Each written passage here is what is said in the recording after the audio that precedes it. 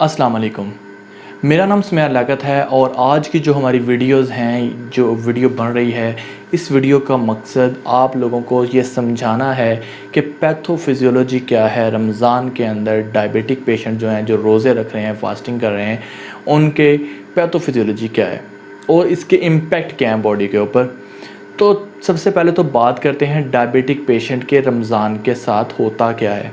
जैसे कि हमने पहली वीडियो जो है जहाँ पे हमने फिजियोलॉजी ऑफ रमज़ान की बात की है, वहाँ पर भी हमने इस टॉपिक के ऊपर बात की है। हम दोबारा इसके ऊपर बात करते हैं कि एक हेल्दी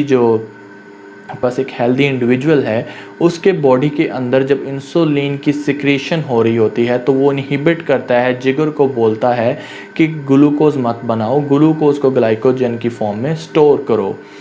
और जब आप डायबिटिक पेशेंट हैं, जब आप डायबिटीज़ के मरीज़ हैं, आपकी बॉडी में इंसुलिन या तो पैदा नहीं हो रही, या इंसुलिन की रेजिस्टेंस है, या इंसुलिन उतनी मकदार में पैदा नहीं हो रही जितनी मकदार में पैदा होनी चाहिए।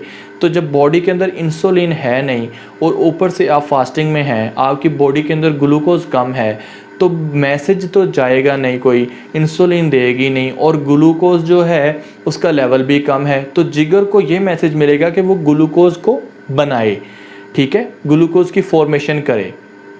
तो जब ग्लूकोज की फॉर्मेशन स्टार्ट होती है तो उस प्रोसेस को कहते हैं ग्लूकोनियोजेनेसिस, ठीक है।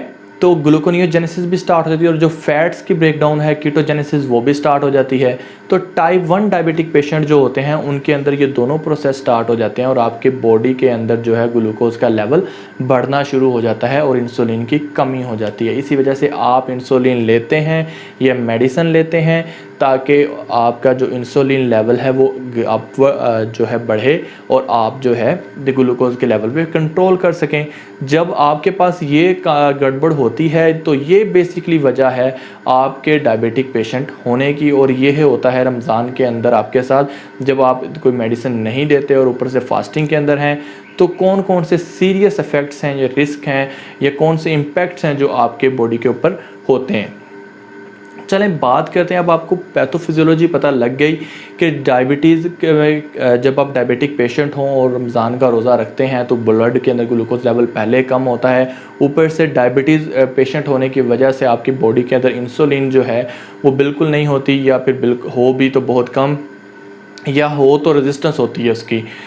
तो इस वजह से आपकी बॉडी के अंदर जो है लिवर को मैसेज कन्वे नहीं हो पाता और ग्लूकोनियोजेनेसिस और कीटोजेनेसिस जैसे प्रोसेस जो हैं जहाँ पर ग्लूकोज की फॉर्मेशन होती है और फैट की ब्रेकडाउन जो है वो जो फैट की जो फॉर्मेशन है या जो कीटोजेनेसिस के प्रोसेस के अंदर जो है वो स्टार्ट हो जाती है, और आप लोग जो हैं ग्लूकोज और जो आपको एनर्जी है वो मिलना स्टार्ट हो जाती है, और इस वजह से आप डायबिटिक, आपका ब्लड ग्लूकोज लेवल या तो बहुत बढ़ना शुरू हो जाता है और आपके साथ जो है अनबैलेंस्ड कंडीशन में जो है आप सफ़र होते हैं इसके अंदर। अब जो है बात करते हैं इसके इम्पैक्ट्स के बारे में, क्या इम्पैक्ट हैं इसके डायबिटिक पेशेंट जो हैं उसके ऊपर। अब सबसे पहले तो बात करते हैं कि अब आप जब आम तौर पे खाना खाते हैं या जब हम रोज़ा रखते हैं तो हम तकरीबन 8 घंटे तक ऐसे टाइम है जहाँ पर हमें कोई किसी तरह की वीकनेस या किसी तरह की कोई चीज़ महसूस नहीं होती। आम तौर पर जो भी लोग रोज़ा रखते हैं उनके साथ होता है, अमूमन हर बंदे के साथ, कि रमज़ान में प्यास का लगना, थकावट का हो जाना, बेचैनी का होना, ये तमाम चीज़ें नॉर्मल हैं। लेकिन जो डायबिटिक पेशेंट हैं उनके साथ ये कुछ के साथ साथ थोड़ा ज़्यादा वो जो है वो सफ़र होते हैं, उनके साथ थोड़ा ज़्यादा आप कह सकते हैं कि वो इससे ज़्यादा जो है वो परेशान होते हैं या अपने आप वो जो है डिस्टर्ब होते हैं। वो इस तरह के इसका जो इम्पेक्ट है फास्टिंग का, वो 8 घंटे के बाद जब स्टार्ट होता है तो वो हाइपोग्लाइसीमिया के पेशेंट होते हैं, क्योंकि उनके अंदर इंसुलिन का लेवल और ग्लूकोज के जो लेवल है वो उसकी जो है वो बैलेंस नहीं रहता, और इस वजह से जो है वो या तो वो मेडिकेशन भी ले रहे होते हैं, दवाइयाँ भी आप खा रहे होते हैं, ऊपर से आपकी बीमारी भी है साथ, या तो बीमारी की वजह से ग्लूकोज लेवल डाउन हो जाता है, नहीं तो आप जो मेडिसिन ले रहे होते हैं आप ज़्यादा क्वांटिटी में मेडिसिन ले लेते हैं, या आपका मेडिसिन जो है वो वर्कआउट ऐसे करी होती है कि मेडिकेशन की वजह से आपका जो ब्लड ग्लूकोज लेवल है वो बहुत कम हो जाता है। तो ऐसी कंडीशन में आप अपना ब्लड ग्लूकोज लेवल चेक करते रहें कि आपका ब्लड ग्लूकोज लेवल कितना है। इससे रोज़ा नहीं टूटता।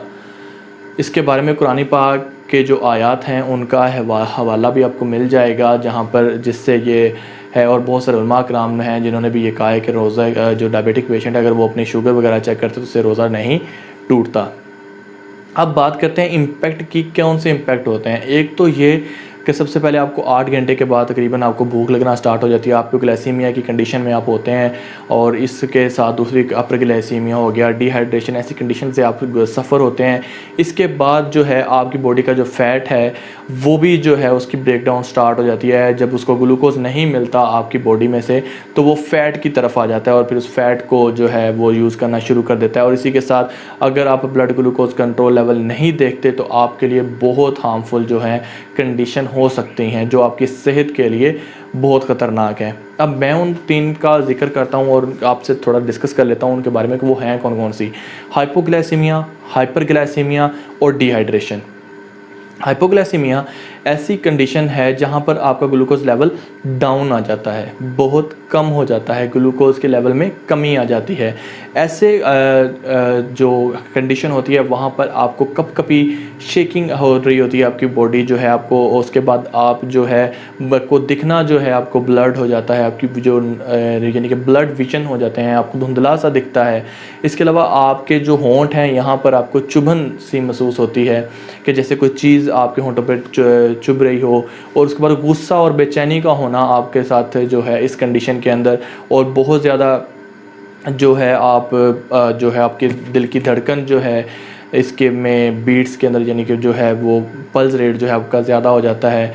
और ये कंडीशन ऐसी हैं जो तकरीबन जो आपके साथ जिनके साथ सफ़र होते हैं हाइपोग्लाइसीमिया की कंडीशन में, जब आपका ब्लड ग्लूकोज लेवल बहुत कम हो जाता है। जब ग्लूकोज लेवल कम होता है तो आपको गुस्सा आता है, आपके कपकपी तारी हो जाती है, उसके बाद आपके जो है होंठों पे जो है चुभन सी महसूस होती है, उसके बाद आपको धुंधला सा नज़र आता है। ऐसी तमाम कंडीशंस हैं जो आपको हाइपरग्लाइसीमिया के पेशेंट को फील होती हैं। अब हाइपरग्लाइसीमिया की बात करते हैं कि हाइपरग्लाइसीमिया के जो पेशेंट हैं उनके साथ क्या होता है। जो हाइपरग्लाइसीमिया के पेशेंट हैं उनको प्यास बहुत ज़्यादा लगती है और वो वाशरूम जो है पहले की निस्बत ज़्यादा जाते हैं, वो वाशरूम में ज़्यादा जाते हैं, उनको प्यास ज़्यादा लगती है। इसके साथ साथ जो है उनके जो सर दर्द है, सर दर्द जो है वो ज़्यादा होता है और उनको सर दर्द की जो है तकरीबन वो फील करते रहते हैं उसको साथ साथ। और इसी के साथ उनको थकावट का बहुत ज़्यादा फील होता है कि वो थोड़ा सा काम कर लें या काम ना भी करें तो उन्हें बहुत थकावट फील हो रही होती है। और टाइप 1 जो डायबिटिक पेशेंट हैं वो ज़्यादातर सफ़र हो रहे होते हैं हाइपरग्लाइसीमिया से। और इसी के साथ साथ जो है टाइप 1 डायबिटिक पेशेंट सफ़र हो रहे हैं इस कंडीशन के अंदर, हाइपरग्लाइसीमिया के अंदर, और हेडेक है, उन्हें सर दर्द है, थकावट बहुत ज़्यादा है, बहुत काम ना करके भी थके थके से सर में दर्द है और प्यास बहुत ज़्यादा लगती है। ऐसी कंडीशन में वो हाइपरग्लाइसीमिया के पेशेंट हैं जब उनका ग्लूकोज लेवल ज़्यादा हो जाता है। अब बात करते हैं हम डिहाइड्रेशन की कि कब जो है उनका जिस्म में जब उनका पानी का कम हो जाता है तो तब क्या होता है कि उनको जो है डिहाइड्रेशन की कंडीशन में उनका मुंह खुश्क हो जाता है, उनके होंठ खुश्क हो जाते हैं और वाशरूम वो पहले से बहुत कम जाते हैं और वो अपने आप को ऐसे फील कर रहे होते हैं जैसे वो बहुत कमज़ोर से हैं और वीक हैं।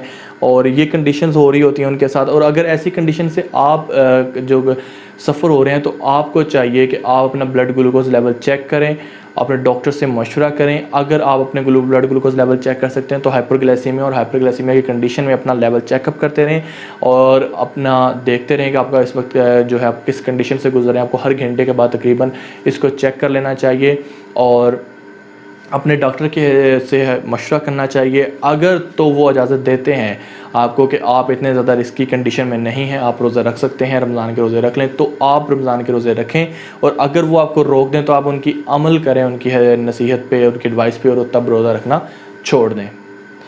तो आज की वीडियो में हमने देख लिया कि कौन कौन से इम्पैक्ट्स हैं जो बॉडी के ऊपर जो है डायबिटिक पेशेंट के होते हैं और कौन कौन सी चीज़ें हैं जो जिनके ऊपर हमें एहतियात करना है और देखना है। और मुझे उम्मीद है कि आप लोगों के इल्म में जो है वो इजाफ़ा हुआ होगा इस वीडियो के बाद और आप लोगों को कुछ नई चीज़ें पता लगी होंगी और कुछ एक्सप्लोर हो गया होगा कि कौन कौन सी कंडीशन है। तो अब मुझे अपनी दुआओं में याद रखिएगा, इस वीडियो को शेयर करें, लाइक करें और चैनल को सब्सक्राइब करना मत भूलें और मुझे अपनी दुआओं में याद रखिएगा।